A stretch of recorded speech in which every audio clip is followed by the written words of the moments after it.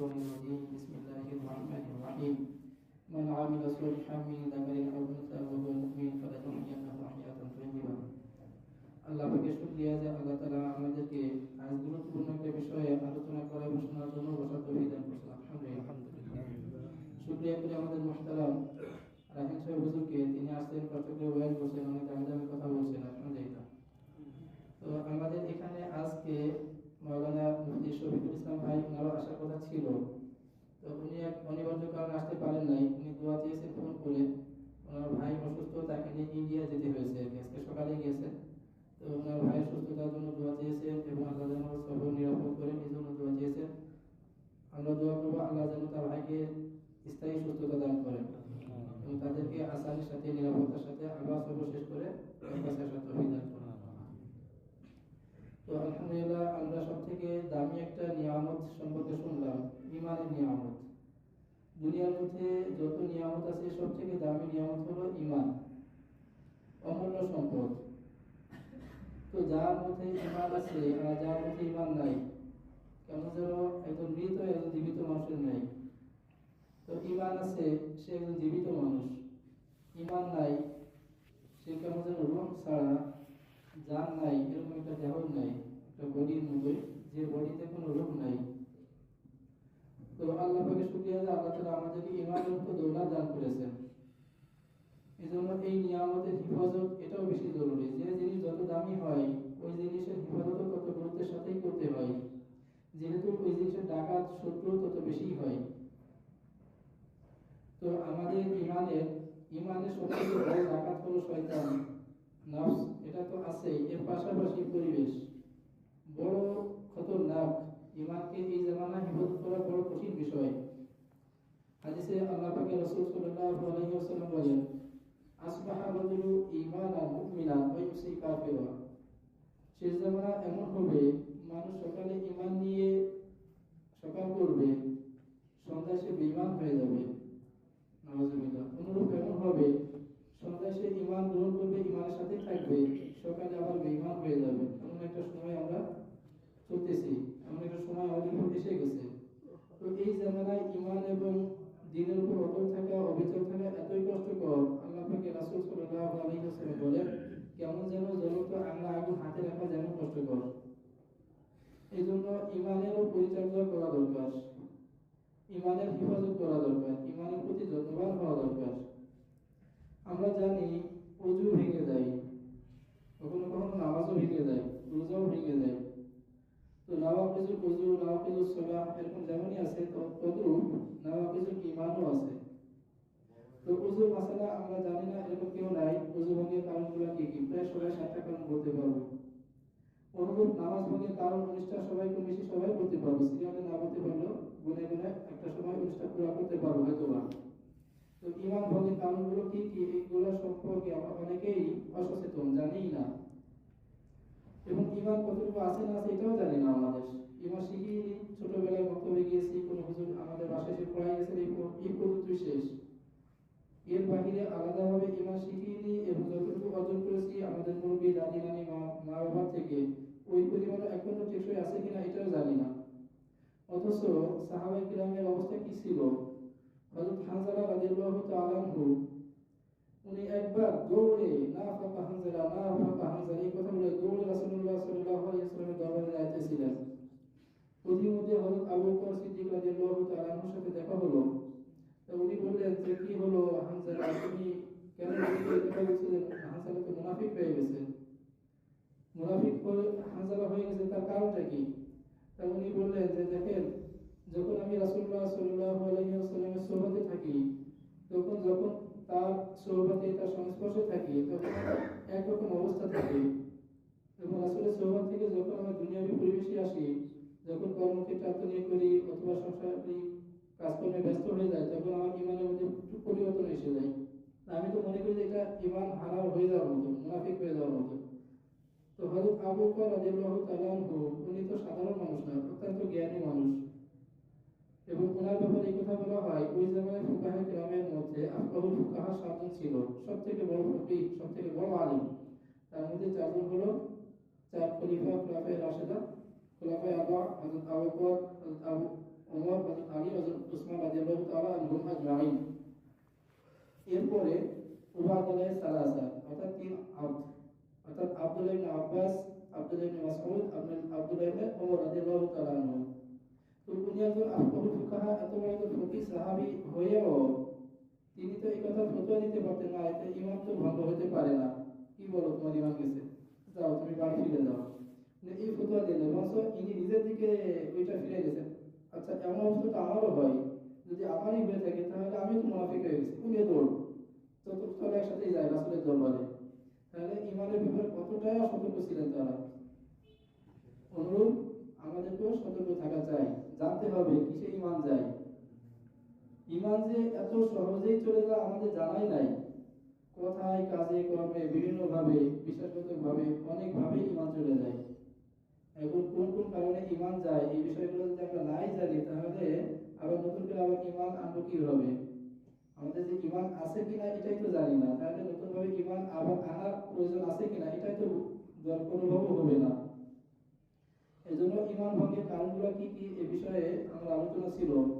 তো যে কয়টা সম্ভব হয় অনেকগুলো কারণ বিস্তারিত আলোচনা করতে হয়তো অনেক সময় লেগে যেতে পারে। আমাদের পরে আরেকজন আলোচক আছেন, আমাদের মুফতি জুবাইর ভাই, উনি আসছেন, উনি কথা বলবেন। যতটুকু সম্ভব হয় আলোচনা করবো ইনশাআল্লাহ, বাকিটা পরে সম্ভব হলে ইনশাআল্লাহ আলোচনা করবো। তো ইমান ভঙ্গের সব থেকে বড় কারণ হলো শিরক। শিরক হলো সব থেকে বড় কারণ ইমান ভঙ্গের।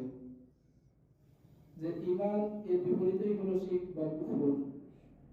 তো এত বড় কারণ, এত বড় কারণ যে এটাকে আল্লাহ পাক বলছিলেন যে সব থেকে বড় জুলুম, বড় অন্যায়। হযরত লুকমান আলাইহিস সালাতু ওয়াস সালাম তার সন্তান ওনাকে নসিহত করতেছিল, ইয়া বুনাইয়া লা তুশরিক বিল্লাহ, হে আমার সন্তান তুমি আল্লাহর সাথে শরীক করো না। ইন্না শিরকা লাযুলমুন আযীম, কারণ শিরক হলো সবথেকে বড় জুলুম, সবথেকে অন্যায় অবিচার, সবথেকে বড় অবিচার, অন্যায়। আর এই অন্যায়টা কার প্রতি হয়? আল্লাহর প্রতি। তুমি আল্লাহর সাথে কাউকে শরীক করো না। আল্লাহ তাআলা বলে, ইন্নাল্লাহা লা ইয়াগফিরু আন ইউশরাকা বিহি ওয়া ইয়াগফিরু মা দুনা যালিকা লিমান ইয়াশা। আল্লাহ শিরক ব্যতীত যত গুনাহ আছে আল্লাহ তাআলা সমস্ত গুনাহ মাফ করতে পারেন, কিন্তু শিরকের গুনাহ আল্লাহ তাআলা মাফ করবেন না। তো কেমন একটা গুনাহ যে আল্লাহ তাআলা রহমানুর রহিম, ইনি আগে থেকে এত বড় দয়াময় হয়ে এই কথা বলতেছেন যে আল্লাহ শিরকের গুনাহ মাফ করবেন না। আল্লাহ তাআলা নবীদেরকেও সতর্ক করে বলতেছেন, ওয়ালাকাদ ওয়াহিয়া ইলাইকা ওয়া ইলাল লাযিনা মিন ক্বাবলিক, হে নবী আমি আপনার উপর ওহী নাযিল করতেছি এই মর্মে, এবং আপনার পূর্ববর্তী নবীদের উপরও এইভাবে ওহী নাযিল করছি, লা ইন আশরাকতা লা ইয়াহবাতুল্লাহ আমালুক, যদি আপনি নবী হয়েও শিরক করেন আপনার আমল কিন্তু ধ্বংস হয়ে যাবে, সাবধান শিরক করেন না। ওয়ালা তাকুনান্না মিনাল খাসিরিন, এবং আপনি ক্ষতিগ্রস্ত হয়ে যাবেন। শিরক এত বড় খারাপ।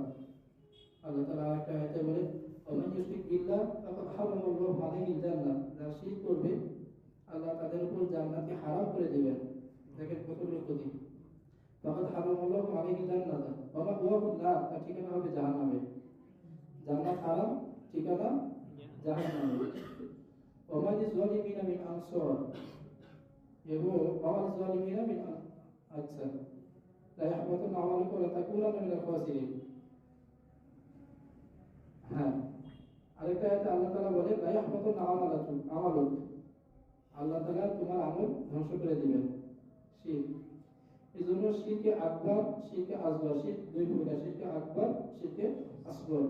শিরকে আকবরের দ্বারা মানুষ আর ঈমানদার থাকে না, ঈমান হারা হয়ে যায়, নতুন করে আবার ঈমান আনতে হয়। তো শিরকে আকবর কি কি, শিরকে আসগর কি কি, এটা নিয়ে আরেকটা আলোচনা করা দরকার। তো এই জন্য শিরক থেকে বেঁচে থাকতে হবে।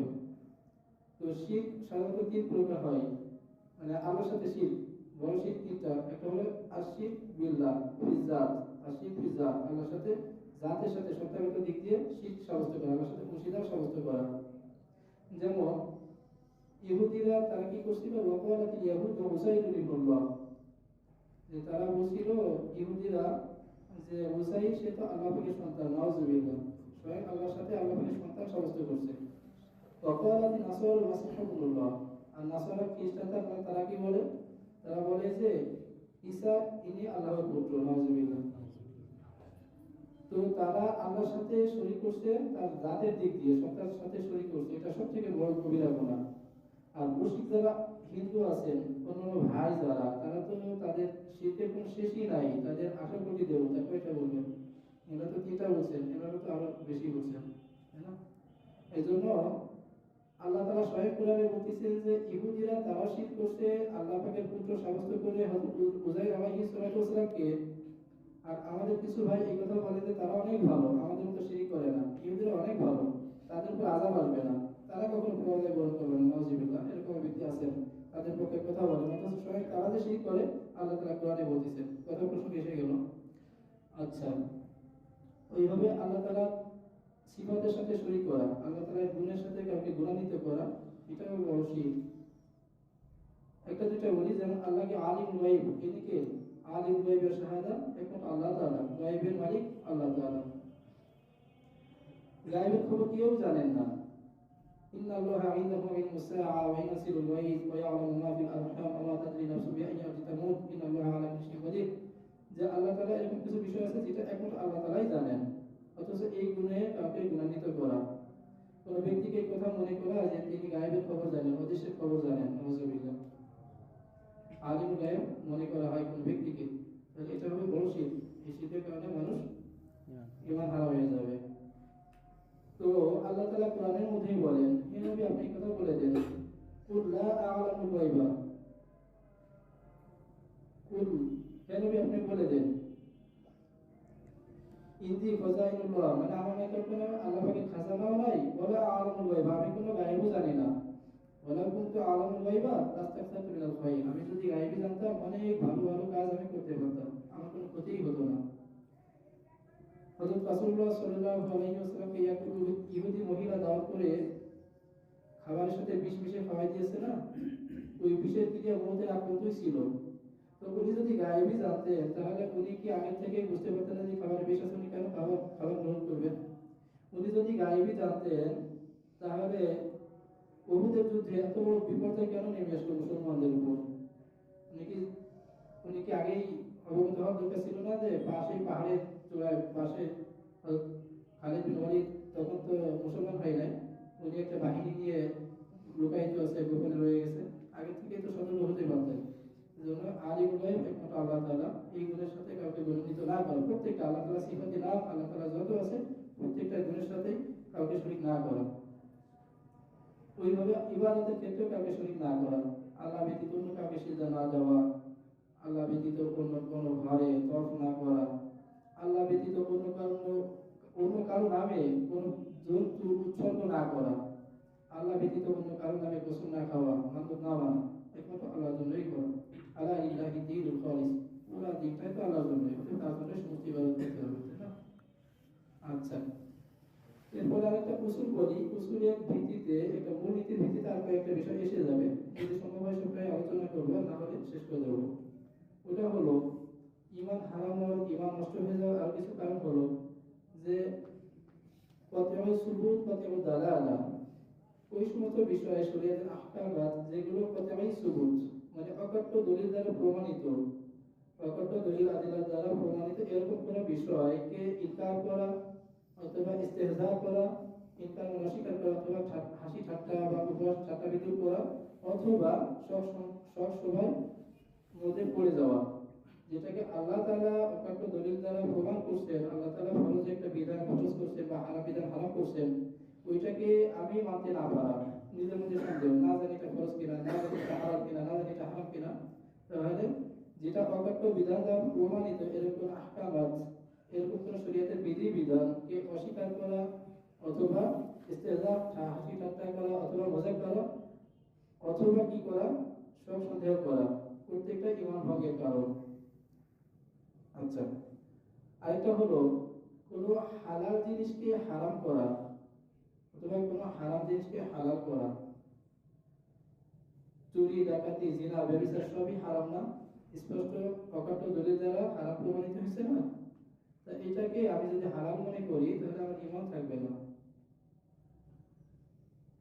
তো এখানে একটা আরেকটা উসুল জেনে রাখি, শরীয়তের কোন বিষয় চাই যেটা যত ছোট হোক না কেন ওইটা নিয়ে হাসি ঠাট্টা করা মজাক করা যাতে মানুষ ঈমান হারা হয়ে যায়, কাফের হয়ে যায়, কিন্তু বড় থেকে বড় ফরজ বিধান ছেড়ে দিলে, ইচ্ছে করে ছেড়ে দিলে কাফের হবে না, সর্বোচ্চ তাকে ফাসিক বলা যাবে। কেউ নামাজ পড়তে পারে না অপারগতার কারণে, পরিবেশের গত কারণে, নফসে শয়তানের কারণে, কিন্তু তাকে কেউ কাফের বলবে না, কাফের বলাও যাবে না, বলা নিষেধ। তাকে যদি কেউ কাফের বলে সেই কাফের হয়ে যাবে। কাউকে কেউ কাফের বললো কিন্তু সে আসলে কুফরি করেনি, কাফের হওয়ার উপযুক্ত না, ওই কুফরিটা উল্টো তার দিকে ফিরে আসে, হাদিসে এমনই বলা হয়েছে। তো কেউ ফরজ ইবাদত দ্বিধার সে ছেড়ে দেয়, কেউ হারামের মধ্যেও বিনা দ্বিধায় নির্ভয়ে নির্বিঘ্নে হারামের মধ্যেও লিপ্ত হয়, তারপরে তাকে কাফের বলা যায় না। যদি সে কিনা হারামকে হারাম জানে, হারামকে হারাম জানে। পক্ষান্তরে কেউ যদি শরীয়তের একটা তুচ্ছ বিষয়, একটা সুন্নাত, একটা মুস্তাহাব একটা বিষয়, একটা পানি টুপি বা একটা মিসওয়াক নিয়েও কেউ যদি হাসি ঠাট্টা করে, তার ঈমান থাকে না। এমন একটা কঠিন একটা উসুল, উসুলটা সবারই মনে রাখা দরকার। আচ্ছা, ওইভাবে ঈমান হারা হওয়ার আরো একটা কারণ হলো যে কাফের মুশরিক যারা বিধর্মী, আল্লাহ তাআলা স্পষ্ট তাদেরকে ওই হিসেবে কাফের হিসেবে আখ্যা দিয়েছে, তাদেরকে হক মনে করে নাউজুবিল্লাহ, যে তারাও হকের উপর আছে, তারাও ভালো, তারাও বিভিন্ন ভালো মন্দ কাজ করে, তারাও জান্নাতে যাবে। যে যে ধর্মের উপরে থাকুক না কেন, ভালো কাজ করলেই হলো, মানুষ সেবা করলেই হলো, নাউজুবিল্লাহ। এই কথা অনেকেই বলে থাকে, নাউজুবিল্লাহ। এত বড় উদারতার দরকার নাই। এই ক্ষমতা আল্লাহ তাআলা আমাকে দেয়নি যে আমি যাকে তাকে কাফের বানাই দেবো, এর বিপরীতে কোন কাফেরকে আমি মুমিন বানাই দেবো। এটা তো একটা নির্ধারিত উসুলের ভিত্তিতেই মুমিন হতে হবে, তাই না? তো একজন স্পষ্ট যে শিরক করে, আল্লাহর সাথে অংশীদার সাব্যস্ত করে, তাকে আমি মুমিন হিসেবে স্বীকৃতি দিই কিভাবে? হ্যাঁ, সহানুভূতি, সহানুভূমিতা, দয়া, মমতা, পারস্পরিক লেনদেন, মহাব্বত, এটা থাকতে পারে। ওটাও হবে ইমানের ভিত্তিতে। সে যেন আমার ভালো ব্যবহার দেখে ইমানের দিকে দীক্ষিত হয়। কিন্তু এই না যে তার বিশ্বাস, যে আকীদা বা তার যে জঘন্য নিকৃষ্ট আকীদা আছে, এটাকে স্বীকৃতি দেওয়া যে হ্যাঁ ওটাও ঠিক আছে, নাউজুবিল্লাহ। তখন কি হবে? আমাদের ঈমান হারাম হয়ে যাবে, আমাদের ঈমান নষ্ট হয়ে যাবে। আচ্ছা, একটু পরামর্শ দিন, কতক্ষণ আলোচনা আমার করলে ভালো হয়, ভাইয়ের জন্য কতক্ষণ আলোচনা রাখা যেতে পারে?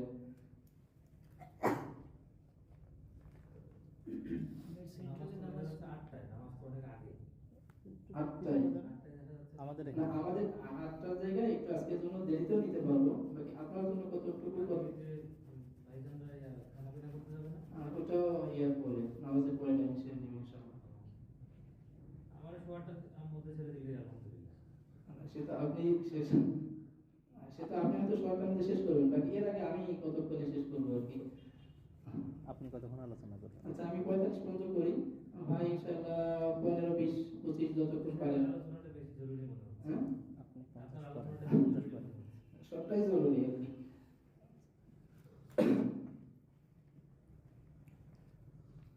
আচ্ছা, এভাবে আল্লাহ তাআলা কয়েকটা আয়াত নাযিল করেন যে ইন্না দীনা ইনদাল্লাহিল ইসলাম, একমাত্র ইসলামই আল্লাহর নিকট গ্রহণযোগ্য ধর্ম, অন্য কোনো ধর্ম ধর্মই না।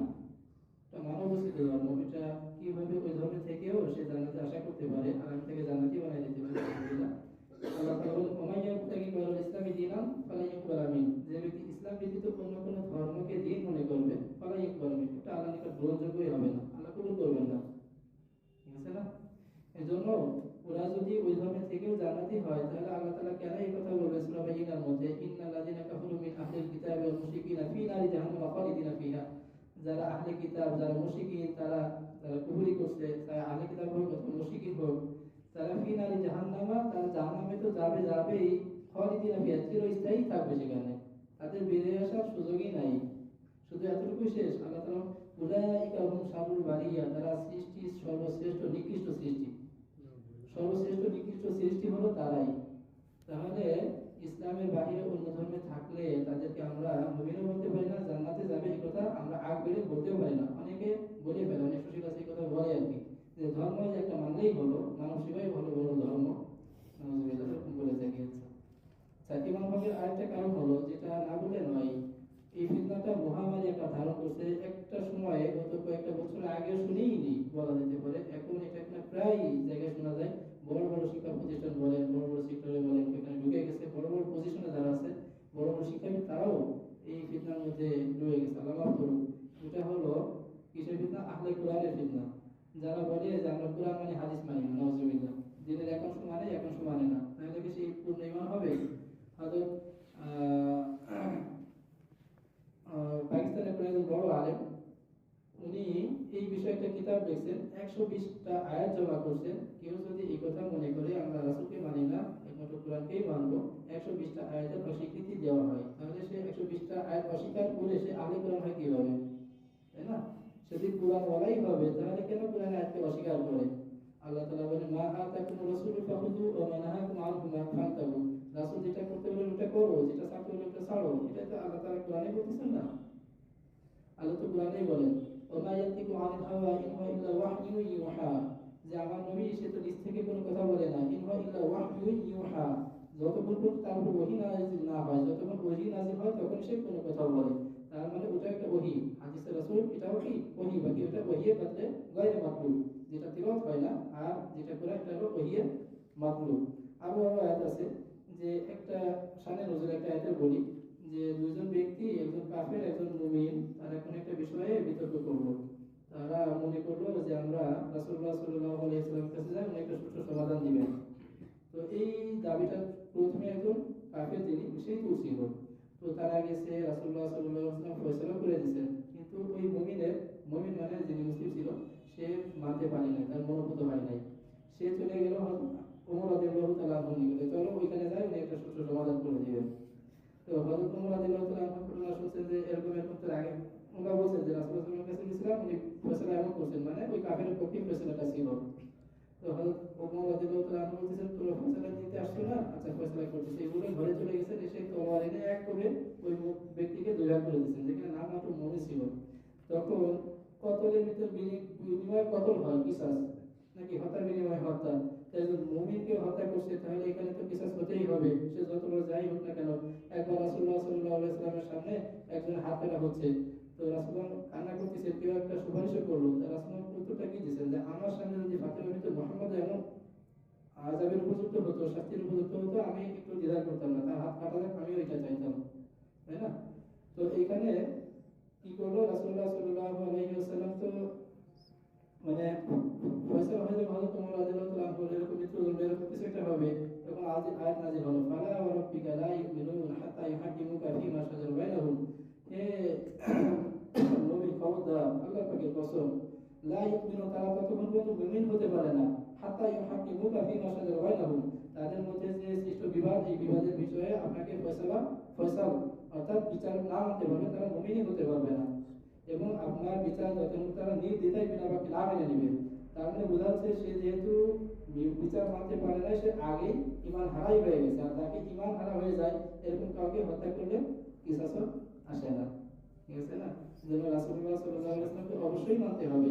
আচ্ছা অবশ্যই মানবো, কিন্তু কোন হিসেবে মানবো? তিনি একজন নবী, এরপরে আরো নবী আসবে এরকম না। রাসূলুল্লাহ সাল্লাল্লাহু আলাইহি ওয়াসাল্লাম বলেন, আনা খাতামুন নাবিয়্যিন লা নাবিয়্যা বা'দি, আমি সর্বশেষ নবী, আমার পরে আর কোনো নবী আসবে না। এটা কোরআনের আয়াতের দ্বারা সাব্যস্ত। মা কানা মুহাম্মাদুন আবা আহাদিন মিন রিজালিকুম ওয়ালাকিন রাসূলুল্লাহি ওয়া খাতামান নাবিয়্যিন। তো এইটাও একটা বড় একটা ফিতনা, একটা বড় মহামারী বলা যায়। এই সম্প্রদায় ক্রমেই শক্তিশালী হচ্ছে, কাদিয়ানী সম্প্রদায়। তো এরা আমাদের নবীকে শেষ নবী মানে না, নবী মানে কিন্তু সর্বশেষ নবী মানে না। ওরা মির্জা গোলাম আহমদ কাদিয়ানী নামক একজন ব্যক্তিকে তারা নবী মানে। একটা সময় ছিল ভারতবর্ষের মধ্যে থাকলেও এখন অন্য রাষ্ট্রগুলোতেও আছে, ব্যাপক বিস্তৃতি লাভ করতেছে, নাউজুবিল্লাহ। এটাও ঈমান ভঙ্গের কারণ, কাদিয়ানী হয়ে যাওয়া, আহলে কোরআন হয়ে যাওয়া। আচ্ছা, শরীয়তের কোনো বিষয়ে কেউ অপছন্দ করা, যে অনেক বিষয় আছে না, যে হ্যাঁ শরীয়তে সবই ভালো, এটা আমার কাছে পছন্দ হয় না, সবই ঠিক ছিল, এই কোর্টের বিধান কেন দিল? মহিলাদেরকে কেন জীবন্ত ট্যাটু একটা হাত পা বস্তা বন্দি করে ঘরে রেখে দেয়, এটা কেমন কথা? তারা তো এই বিজ্ঞানের জগতে তারা অনেক উপরে যাবে, তারা অনেক কিছুই দেখবে শুনবে, তারা অনেক কিছু, তাদের দ্বারা আমাদের অনেক কিছু করার আছে, করণীয় আছে। এই যে এরকম কোনো কথা বলা, আল্লাহ এই বিধান কেন দিলেন, এই বিধান সুদের বিধান কেন হারাম করলেন, এরকম কোনো কথা বলা, এটা বলার দ্বারা কি হবে? ঈমান হারাম হয়ে যেতে হবে, আল্লাহ মাফ করুন।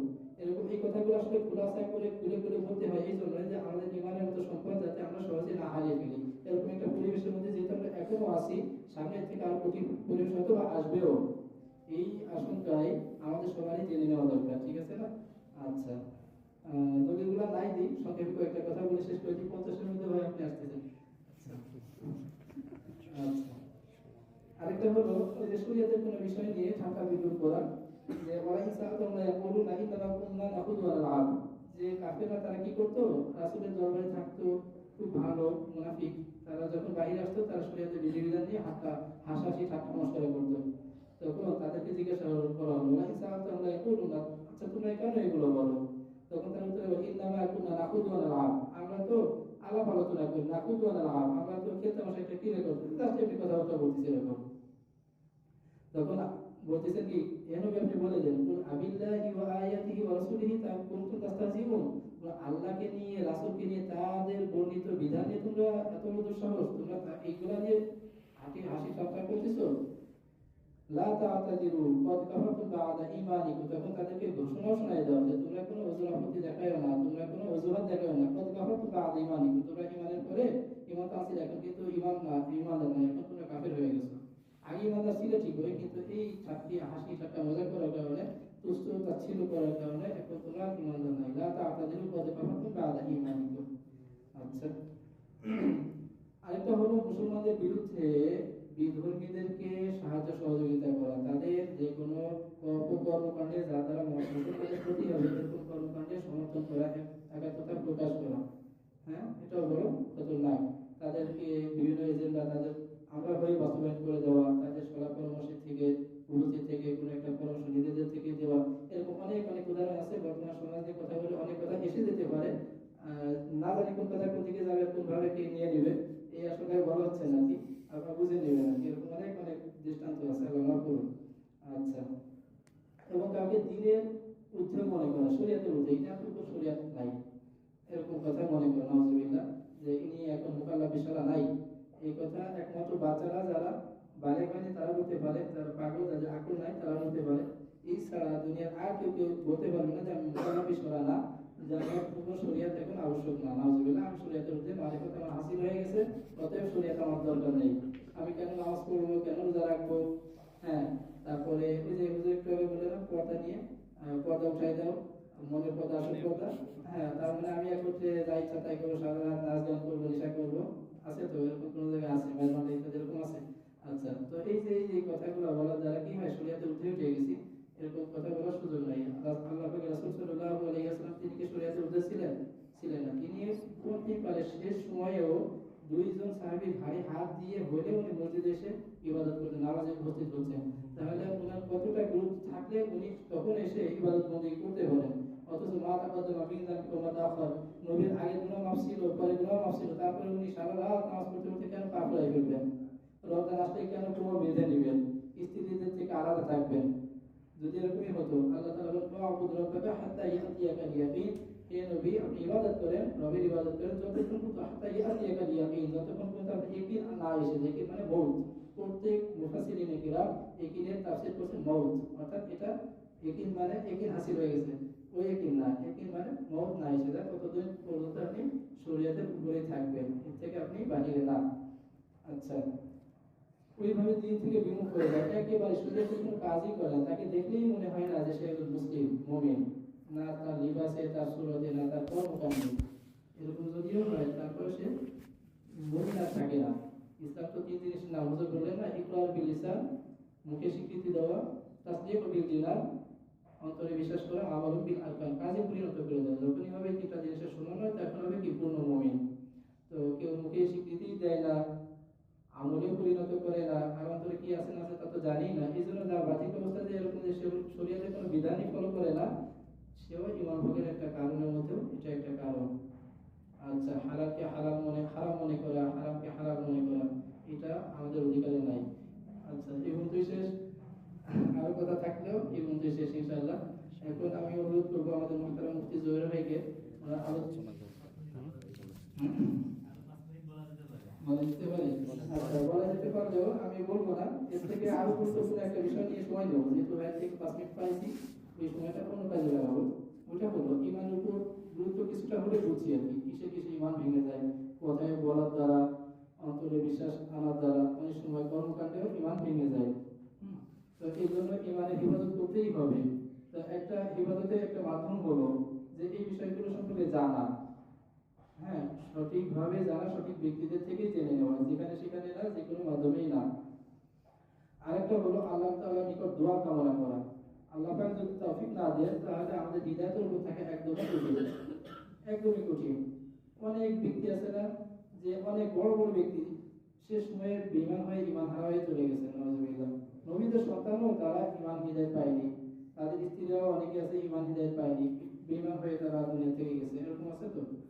তো এই জন্য আল্লাহ তাআলা থেকে তাওফিকও কামনা করা। এই জন্য আগে আমাদের এখানে ঈশার আগে মাঝে মাঝে একটু আলোচনা হতো এই সমস্ত বিষয় নিয়ে। দুইটা দোয়া শিখাইছিলাম, ওই দোয়াটা এখন অনেকেই আছে মাস্টার করা হবে ইনশাআল্লাহ জেনে নেন। একটা হলো ইয়া মুকাল্লিবাল কুলুব সাব্বিত কলবি আলা দীনিক, এই অন্তর পরিবর্তনকারী আপনি আমার অন্তরটাকে আপনার দিনের উপর অটল রাখেন। কত সুন্দর দোয়া না?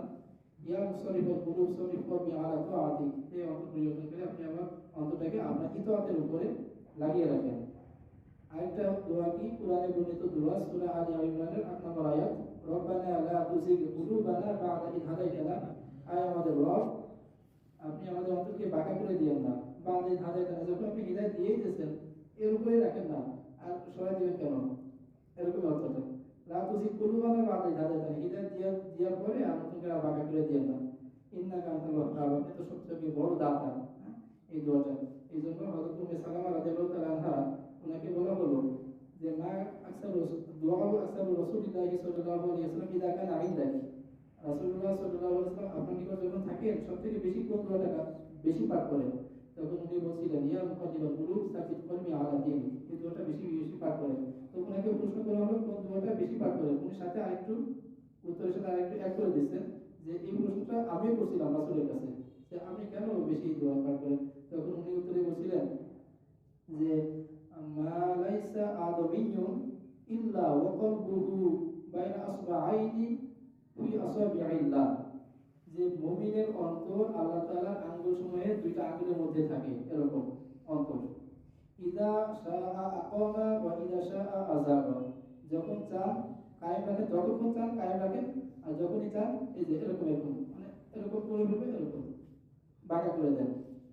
মানে কত যখনই এই হাদিসটা রিওয়ায়াত করতেছেন রাবি হযরত মুয়াজ বিন মুয়াজ তাবি, তিনি সাথে সাথে এই কথাটা বলতেছেন যে রব্বানা লা তুযিগ কুলুবানা, মানে এরকম একটা ভয়ানক হাদিস রিওয়ায়াত করার সাথে সাথে ওই ঘটনাটা আসার সাথে সাথে তিনি এই দোয়াটা অনুসরণ করতেছেন, রব্বানা লা তুযিগ কুলুবানা বা'দা ইয হাদাইতানা ওয়া হাব লানা মিন লাদুনকা রাহমাহ ইন্নাকা আনতাল ওয়াহ্হাব। এজন্য আমরা একটু মশক করাই দিই ভাই, এতে যতটুকু সময় যায় আর কি। আচ্ছা বলেন, রব্বানা লা তুযিগ কুলুবানা ربنا لا تزغ قلوبنا بعد إذ هديتنا بعد إذ هديتنا وهب لنا من لدنك رحمة وهب لنا من لدنك رحمة إنك أنت الوهاب। إنك أنت الوهاب। আচ্ছা, يا مقلب القلوب يا مقلب القلوب ثبت قلبي على دينك ثبت قلبي على دينك يا مصرف القلوب يا مصرف القلوب صرف قلبي على طاعتك। صرف قلبي على طاعتك। তো ভয়ঙ্কর একটা ঘটনা যে কিছুদিন আগে ধর্ম মন্ত্রণালয়ের একজন ব্যক্তি আসছিলেন আমাদের এখানে কর্মচারী, একজন বড় আলেম, উনি মন্ত্রণালয়ে চাকরি করেন, সরকারি লোক। উনি একটা তথ্য দিলেন গত 4-5 বছর 2017 থেকে 23 পর্যন্ত এই 6 বছরে 22,000-এর থেকে বেশি মুসলমান খ্রিস্টান হয়ে গেছে। নওয়াজুবিল্লাহ, উত্তরবঙ্গের সহ বিভিন্ন জায়গায় অনেকে আছে আমাদের মধ্যে বাস করে। হ্যাঁ অনেকে আছে এরকম। এই জন্য এই দোয়াগুলো আমরা খুব গুরুত্বের সাথে পাঠ করবো। কখন কোন অবস্থায় কার মত হয়ে যায়, আল্লাহ কাকে কোন পরীক্ষার মধ্যে ফেলে দেন আমরা তো জানি না। এই জন্য দোয়া কামনা করে ইমান করে হৃদয়ের উপরে মনোযোগের চেষ্টা করব। আল্লাহ তাআলা আমাদের ইমানের মতো দৌলত হিফাজত করে আল্লাহ